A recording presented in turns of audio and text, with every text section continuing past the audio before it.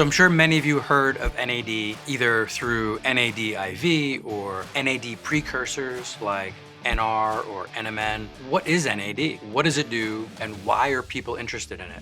Where does it fit this model of energy production? So we're gonna quickly review the electron transport chain. So the electron transport chain is embedded in the inner mitochondrial membrane, and there's multiple steps. Picture it like a factory where you have to deliver raw materials and process those raw materials ultimately to make your final product. In this case, the final product is a thing called ATP, which is basically the currency of cellular energy. In order for all of your cells to produce their jobs, they need energy. ATP is that energy. In the beginning of the electron transport chain, we have complex 1 and complex 2. And basically, complex 1 and complex 2 are accepting FADH2 and NADH.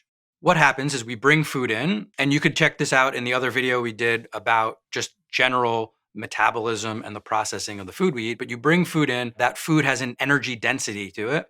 And what we're trying to do is we're trying to extract the high energy density out of the food that we're eating in order to use that as a raw material for the factory. And so once we process either glucose or fatty acids or even ketones, we have to bring that energy density molecule into the mitochondria, specifically to the electron transport chain for the processing of ATP. The end result of the general food processing, specifically of glucose and fatty acids, are molecules called NADH and FADH2.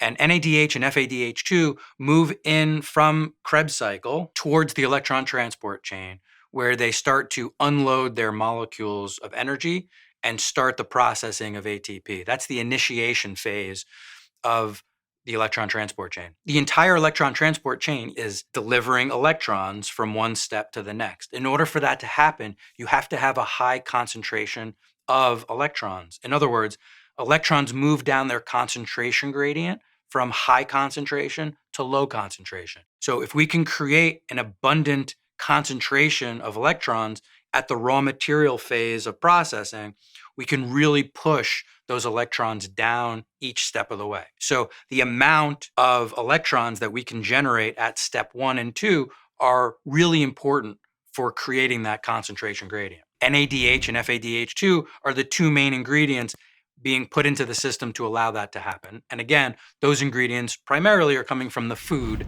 that we are eating. But are there other modalities or other things that we can do to generate high NAD values at the beginning of the electron transport chain? The answer is yes. We could use an NAD IV. And so what we're doing here is we're putting NAD literally directly into the bloodstream through an IV. And as a result, we're putting an enormous amount of NAD energy, NAD capacity into our system to really help recycle the redox reactions of NAD to NADH. And that helps dramatically improve the concentration gradient of energy going into that system.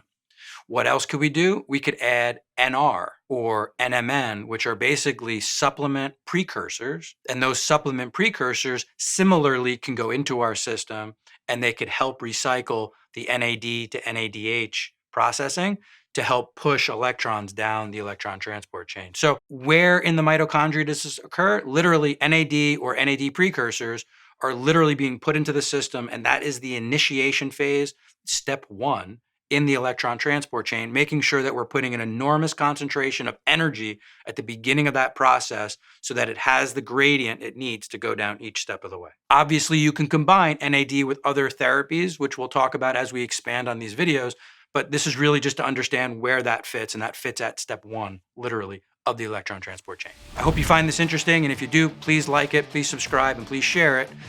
We're trying to make sure that people who want this information can find this information. And when you subscribe and share, it tells YouTube that it's valuable, and it helps make sure that they share that information with those searching for it. So again, I appreciate your attention. We'll see you next time.